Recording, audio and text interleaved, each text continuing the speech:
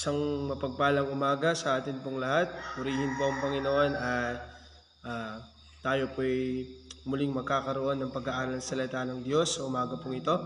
At ang live po na ito ay mula po sa Door of Faith, CMP Padilla, kabilang po sa District 9, nasa pangunguna po ng ating Pastor Luis Bailon. At sa umaga po ito, kagaya nga po ng panalangin ni Apostol Pablo para sa mga taga-Efeso na hinihiling niya na sa pamamagitan ng Diyos Ama ay patuloy tayong magkaroon ng lubusang pagkakilala sa Panginoon sa tulong ng Banal na Espiritu. At sa umaga pong ito, inaanyayahan ko po ang bawat isa na tayo po'y manalangin. Hallelujah. Hallelujah. Praise the Lord. Hallelujah. Purihin po kayo, Panginoon. Sambahin po ang inyong pong dakilang pangalan ng Diyos. Hallelujah. Karapat-dapat po kayo ng lahat ng papuri at pagsamba, Panginoon. Hallelujah. Hallelujah. Hallelujah.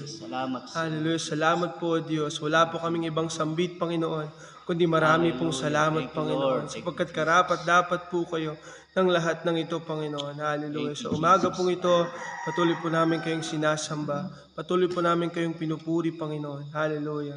At sa umaga pong ito, Panginoon, sa aming pong pagpapatuloy, patuloy po namin inaanyayahan ang iyong pong banal na Espiritu na siyang lumukob po sa bawat isa po sa amin, Panginoon. Sa aming pong paglapit po sa inyo sa umaga pong ito, dalisayin po ninyo ang ayong pong mga puso, Panginoon. Saliksikin po ninyo, Panginoon, ang ayong puso at isipan, Panginoon. Na kung meron man po kayong masumpong ang pagkakasala, Panginoon, patuloy po namin inihihingi ng kapatawaran po sa inyo, Panginoon. Sapagkat walang iba makakapagpatawad po sa amin, makapaglilinis po sa amin, kundi ang inyong pong banal na dugo, Panginoon. Hallelujah. Sa umaga pong ito, naangkin po namin ang inyong pong mayamang pagpapatawad sa buhay po ng bawat isa. Marapatin po ninyo kaming lumapit po sa inyo at maranasan ang inyong pong mayamang presensya, Panginoon. Banal na Espiritu, patuloy po kayong pumagitna sa amin, Panginoon. Patuloy po ninyo kaming turuan, Panginoon, at patuloy sumaamin ang inyong pong kapangyarihan sa umaga pong ito. Hallelujah. Wala po kayong katulad, Panginoon. Hallelujah. Kayo ang siyang dakilang Diyos na nagbigay po sa amin ng buhay. Hallelujah. At marami pong salamat, Panginoon. Hallelujah. Hallelujah. Hallelujah. Sige po, patuloy po tayong sumamba sa ating Diyos sa umaga pong ito. Hallelujah. Awitin po natin, walang katulad ang Panginoon. Hallelujah.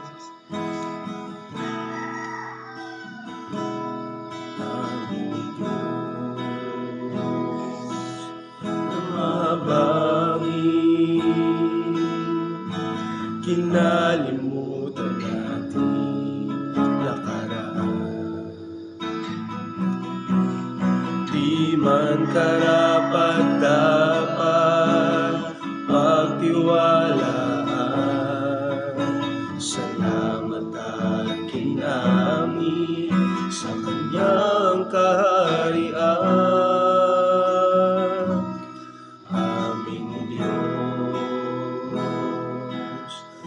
Mahabagin, hallelujah, kinalimutan na aking nakaraan. Di man karapat-dapat pagtiwalaan. Salamat at kinamit sa kanyang kaharian. Walang katulad ang Panginoon, walang papantay sa Kanya. Wala na akong mahihiling pa, siyang kasapatan, dulot niya ay ligaya. Pangako natin awitin sa umpisa. Aming Diyos, hallelujah. Aming Diyos na mahabagin, kinalimutan namin nakaraan. Di man karapat-dapat, di man karapat-dapat pagtiwalaan. Salamat at kinamit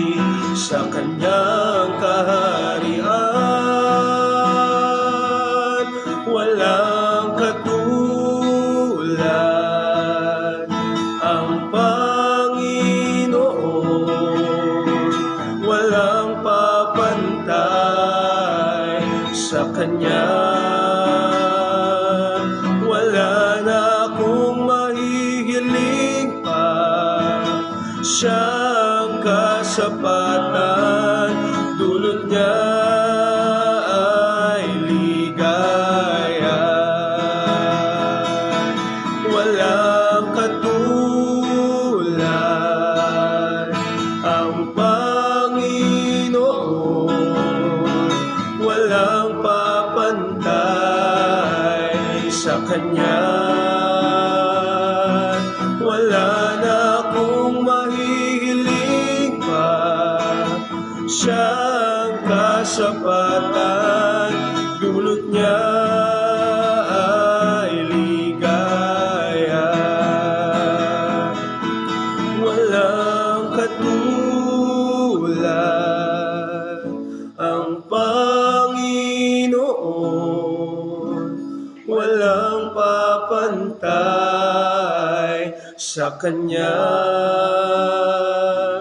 Wala na akong mahihiling pa, siyang kasapatan, dulot niya ay ligaya.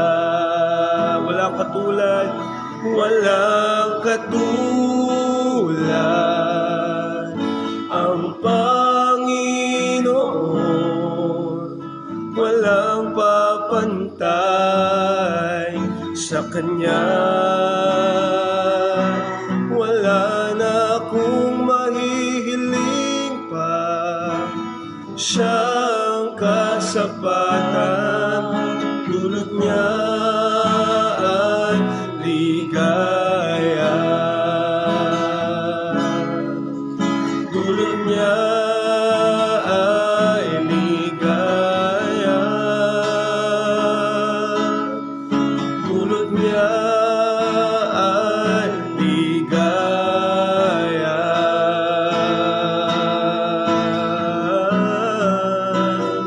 Hallelujah. Hallelujah. Sumahin ang ngalan mo,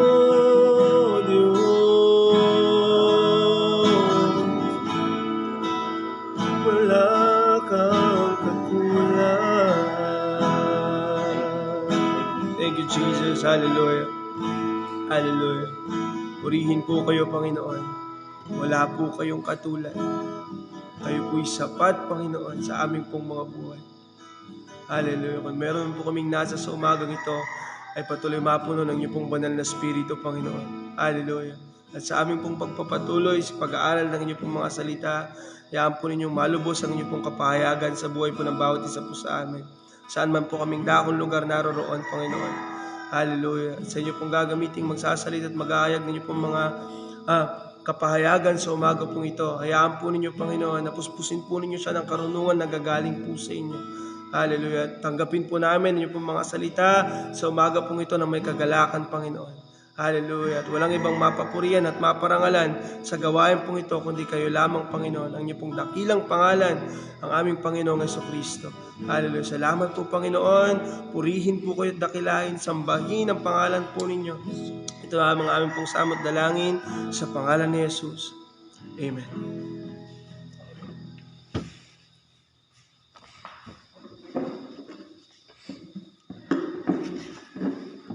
Isang mapagpalang umaga po sa ating lahat. Purihin po ang Panginoon. At tayo po ay patuloy na mag-aaral po ng kanya pong mga salita.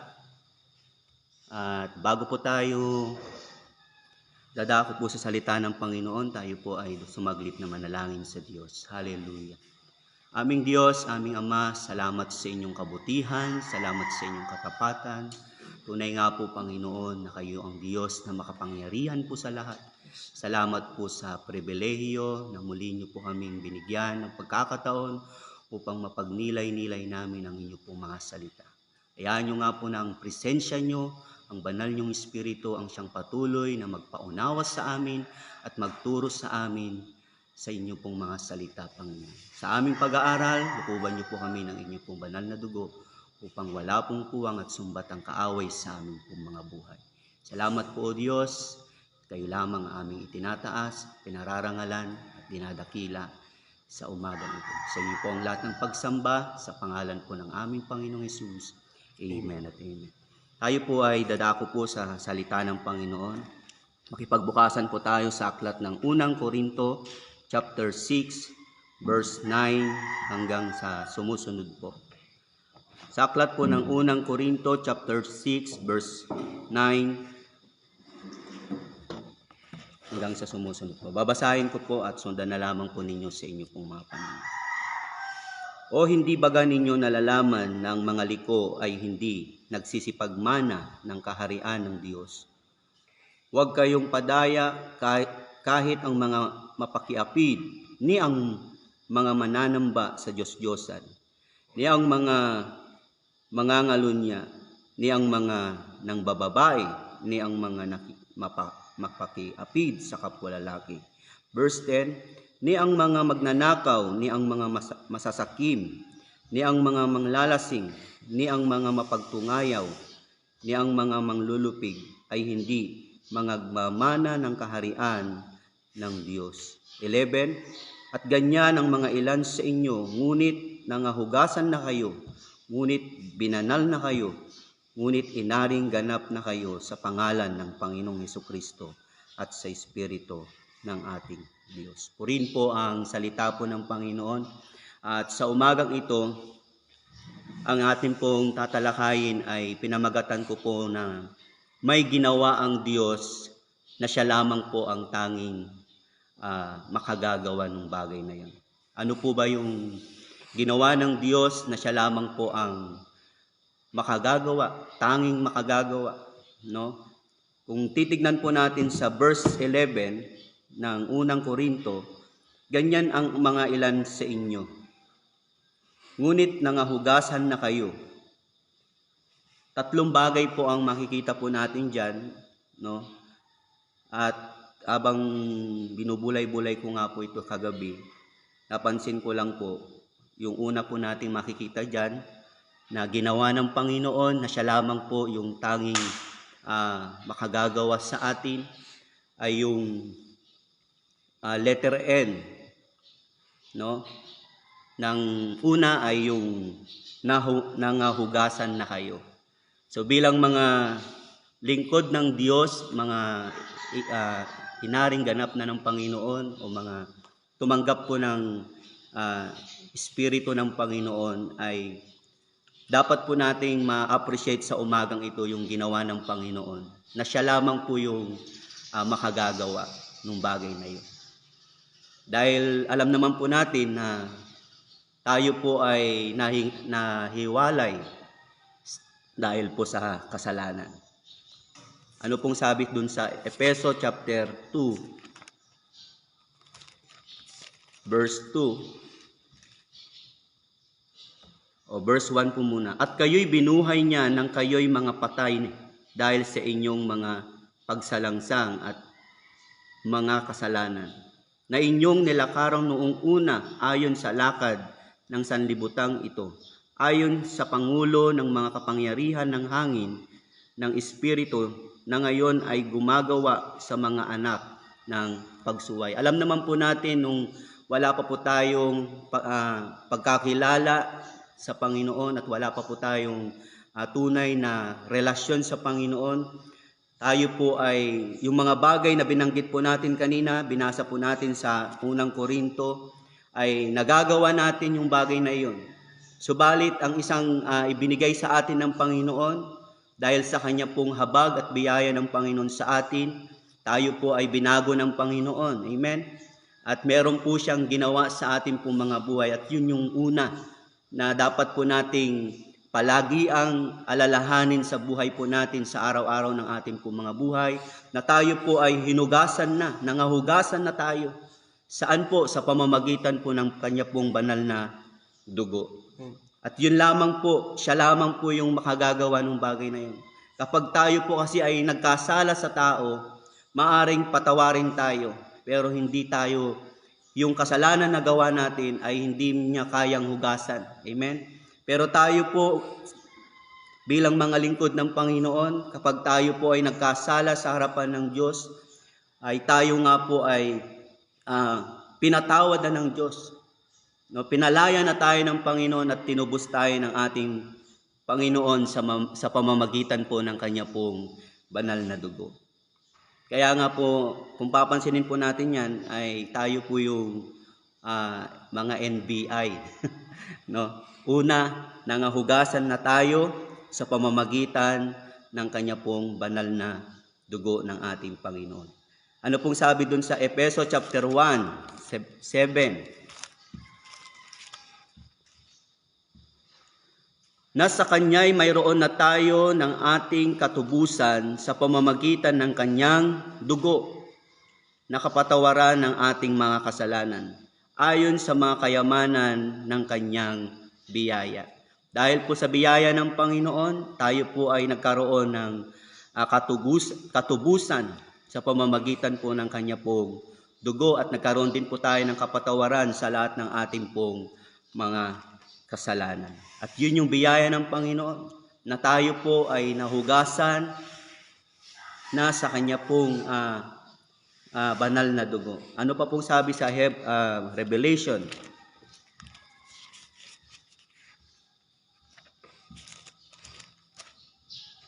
Verse 1, chapter 1, verse 5. At mula kay Hesukristo, na siyang saksing tapat na panganay sa mga patay at pangulo ng mga hari sa lupa, doon sa umiibig sa atin at sa nagkalag sa ating mga kasalanan sa pamamagitan ng kanyang dugo. Tayo po ay nagkaroon po ng tinatawag pong bandage, o tayo po ay nakakulong po sa kasalanan. Subalit, tayo po ay pinatawad na ng Panginoon dun sa bagay na yon. Pinalaya na tayo ng Panginoon. At bilang mga lingkod ng Panginoon, at ang nais ng Panginoon sa tuwing tayo po ay nabubuhay sa mundong ito, no? Appreciate natin yung ginawa ng Panginoon sa ating mga buhay. Kasi yung konteksto nito, no, yung mga lingkod na ng Panginoon, hindi po ang sinusulatan ni Apostol Pablo dito ay hindi po yung mga unbeliever, kundi yung mga believers na po. Kaya yun yung isa sa nakakalimutan natin minsan sa buhay natin. No, na tayo po ay kung paano tayo nilinis ng Panginoon, hinugasan na ng Panginoon, no? Ganun din po yung dapat nating maipamalas sa ating mga kapatid na nagkasala din po sa ating po.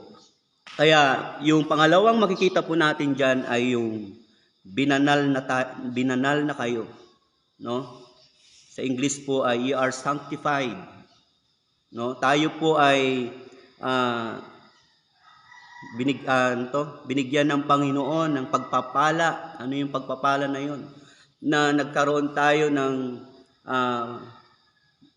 pamumuhay, amen, na banal sa harapan ng ating Panginoon.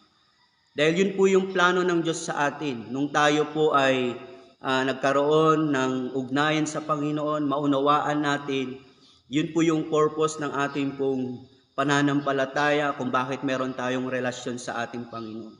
Tayo po ay nais ng Panginoon na i-sanctified po tayo, no? Kaya nga po sabi dun sa John chapter 17 verse 17, ano po ba ang makapagsasanctified sa atin? 17 verse 17 ng John, pakabanalin mo sila sa katotohanan, ang salita mo'y katotohanan. So makikita po natin diyan, no, yung una po na ating pinag-aaralan, sa pamamagitan ng banal na dugo ng ating Panginoong Hesus, tayo po ay nahugasan sa ating po mga kasalanan. At yun sa pagpapatuloy po natin sa ating mga buhay, sa ating pong pananampalataya, ang purpose ng ating pong pananampalataya sa Panginoon, nais niya tayong magkaroon ng pamumuhay na may kabanalan sa harapan ng Panginoon. At nais ng Panginoon na i-separate tayo. Yun po yung ibig sabihin ng sanctified, to set apart, no? Yun po yung palagi nating naririnig sa mga lingkod ng Panginoon, na ang magpapabanal po sa atin, hindi po yung kung ano yung kaunawaan natin. Ang magpapabanal po sa atin ay walang iba kundi yung salita ng Diyos, no, ang katotohanan ng salita ng Panginoon. At hindi po natin kayang magpakabanal sa harapan ng ating Panginoon without the Word of God, no? Kung wala po yung salita ng Diyos, kung wala po yung tulong ng Espiritu Santo sa ating po mga buhay, hindi po natin kayang magpakabanal. Kasi maaari tayong magpatuloy sa Panginoon, maaari po tayong gagamitin ng Panginoon, pero namumuhay naman po tayo sa pagkakasala. Kasi kung meron mang unang-unang nakakakilala po sa atin, kasi sa Diyos wala po tayong maililihim, wala po tayong maitatago. No? Pwede tayong hatulan ng Panginoon, subalit ito po yung nais po talaga ng Panginoon sa atin. No, na hihiwalay tayo. No, gusto ng Panginoon na gawin natin kung ano yung kalooban ng Diyos sa ating pong mga buhay. Kaya nga to set apart, no, hiniwalay na tayo sa mundong ito. Sa mga gawi ng mundong ito. At ang nais ng Panginoon na lakarin po natin ay walang iba kundi yung kanya pong mga salita. At yun po yung isa sa magpapabanal po sa atin. No? Yun po yung dapat nating palaging i-appreciate sa buhay natin. Sino tayo para magkaroon ng pamumuhay na may kabanalan? Amen po ba? Kaya po, sa pamamagitan ng tulong ng banal na Espiritu, magagawa po natin yung bagay na yun. Kaya nga po yun po yung hiling natin sa Diyos palagi, na lagi tayong punuin, puspusin ng Kanya pong banal na Espiritu. Yun po yung nais ng Panginoon sa atin sa umagang ito. At yung pong pangatlo po ay inari na po tayong ganap ng Diyos. Napansin po natin, yung una, nangahugasan na kayo. Pangalawa, pinabanal na kayo. At yung pangatlo ay yung inari na tayong ganap ng ating Panginoong Hesus. Ano pong sabi dun sa Roma? Ano po ang ibig sabihin ng inari kayong ganap ng Panginoon? Ang ibig sabihin nun ay pinawalang sala na tayo ng Panginoon. Inabsuelto na tayo. Wala na po tayong kasalanan. Sa pamamagitan ng ating pananampalataya sa Panginoong Hesukristo. Or dineclared na po na tayo po ay matuwid na sa harapan ng ating Panginoon dahil po sa mga gawa, hindi po yung gawa po natin, dahil po sa gawa ng ating Panginoon, yung ginawa ng Panginoon doon sa krus ng Kalbaryo. At yun po yung inari po tayong ganap ng ating Panginoong Hesukristo. Ano pong sabi sa Santiago chapter 2, verse 21?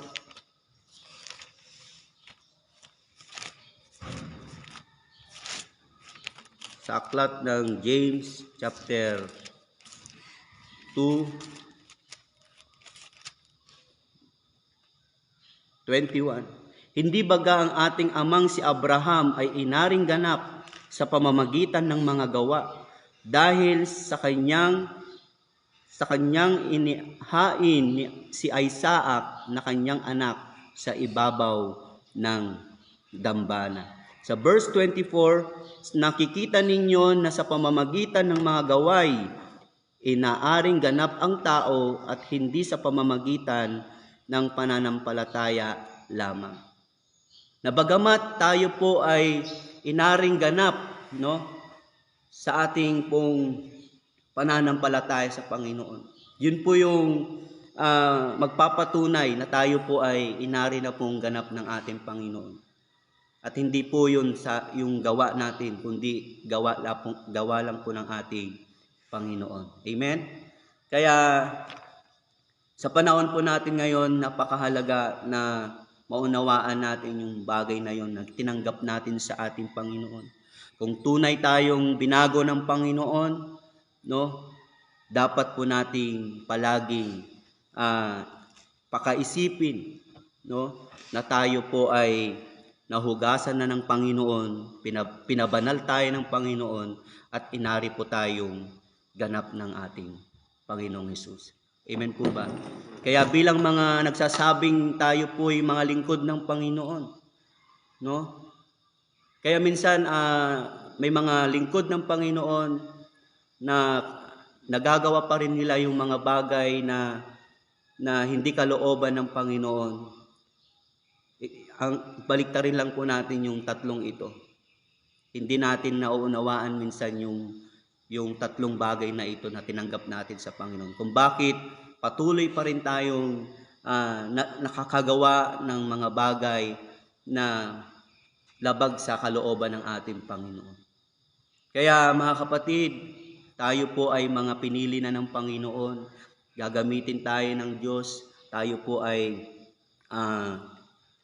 ang plano ng Panginoon sa atin ay maging pagpapala sa bawat isa sa atin. Kaya hayaan natin, tayo po yung mga NBI ng Panginoon, no? Mga NBI, tayo po ay namamagitan po. O tayo po yung gagamitin ng Panginoon para yung mga tao na hindi pa po nakakilala sa Panginoon ay pagkaroon din po sila ng kaligtasan sa pamamagitan ng ating Panginoong Jesucristo. Amen po ba? Kaya yung tatlong bagay na yon, maiksi lamang po, pero hayaan natin na ang banal na Espiritu ng Panginoon ang siyang magpaunawa sa atin doon sa bagay na iyon na ginawa ng Panginoon, na siya lamang yung makagagawa sa atin. Kasi hindi tayo, ang mundong ito, hindi tayo kayang gawin ng yung NBI, no? Pero NBI tayo sa Panginoon. Amen po ba? Tayo po ay tinawag na ng Panginoon para sa bagay na ito. Tayo yung gagamitin ng Diyos para magkaroon din po ng totoong relasyon ang mga taong hiwalay po sa Panginoon dahil sa kasalanan. Amen po ba? Kaya sige po, sa umagang ito, hayaan natin na patuloy tayong magpasalamat sa ating Panginoon, sa ginawa ng Panginoon sa ating pong mga buhay. Hallelujah. Maraming salamat sa iyo, O Diyos, sa pagpapatawad niyo po sa amin, sa aming mga kasalanan, Panginoon. Malaking pagpapala ang ginawa niyo po sa amin, Panginoon, na hindi po kami karapat-dapat na gamitin niyo. Subalit ginamit ninyo sa inyong kaharian. At kung meron man pong unang magmamana sa inyong kaharian, ay yung mga totoong tumanggap sa inyo sa bagay na ito, Panginoon. Dahil ang sabi ng inyo pong mga salita sa unang Juan, Kapitulo 3, 9, ng mga anak ng Diyos ay hindi na nagpapatuloy sa pagkakasala. Kaya minsan nyo na po kaming hinugasan, Panginoon. Tulungan nyo po kaming mahakbangan ang pinagagawa nyo po sa aming po mga buhay. Holy Spirit, thank you, Lord God, sa inyo pong presensya na patuloy naming nararanasan sa aming po mga buhay. Salamat po sa pagpapatawad niyo, sa pagpapalaya niyo po sa aming mga kasalanan. Ginawa niyo yung bagay na hindi kayang gawin ng tao sa amin, Panginoon. Yung patawarin po ninyo at palayain ang bawat isang mga lingkod niyo, Panginoon. At hindi niyo lamang po kami basta hinugasan, Panginoon. Ang nais niyo po sa amin ay maging banal sa inyong harapan, Lord God.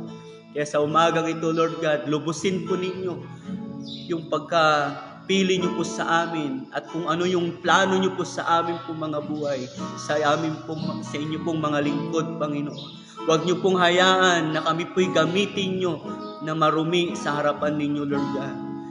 Sanctify us, Lord God. Hayaan niyo nga po na pakabanalin po kami ng inyo pong mga salita, Panginoon. Naniniwala po kami, Panginoon, na kung bakit man po kami nagiging banal sa inyong harapan dahil sa tulong ng kapangyarihan ng banal niyong Espiritu na sumasa amin, Panginoon, Lord God. Kaya salamat po, O Diyos, at inari niyo po kaming ganap, Panginoon, sa inyong pong harapan. Thank you, Lord. Thank you, Jesus. Hallelujah. Sige po, purihin po natin ang Panginoon sa kanyang kabutihan, sa kanyang katapatan, Lord God. Sa umagang ito, Lord God, patuloy po naming pinagpapala ang buhay ng bawat mga lingkod nyo, Lord God. Hallelujah. Ang bawat mga kapastoran po namin, Panginoon, Lord God. Ang bawat mga kamanggagawa po namin sa sulok ng mundong ito, hayaan nyo nga po, Panginoon, na i-bless nyo po ang kanilang mga buhay. Kayo po ang magpala sa kanila, Panginoon. Bigyan nyo po, O Diyos, ng karunungan, kapangyarihan, Panginoon, na nagmumula sa inyo, Panginoon, sa pamamagitan ng inyo pong banal na Espiritu. Salamat po, aming Ama. Hayaan nyo nga po ng mga salitang nahayag ngayong umaga ay patuloy po namin itong baunin sa aming pong araw-araw sa aming pong mga buhay, O God. Salamat po, Diyos. Hallelujah. Lukuban niyo po kami ng inyo pong banal na dugo upang wala pong puwang at sumbat ang kaaway sa aming pong mga buhay. Kayo po ang patuloy na magtagumpay sa bawat mga lingkod niyo. Salamat po, Diyos. Salamat sa inyo, Panginoon. Ibinibless po namin ang bawat mga anak nyo na nakikinig at nanonood sa live devotion na ito, Panginoon. Hayaan nyo nga po, Panginoon, na kung meron man pong mga may karamdaman, kayo pong patuloy na humipo sa kanila, Panginoon. Ang kagalingan na nagmumula sa inyo ay gawad nyo po sa inyo pong mga anak, Panginoon. Salamat po, aming Ama. Salamat sa inyo, O Diyos.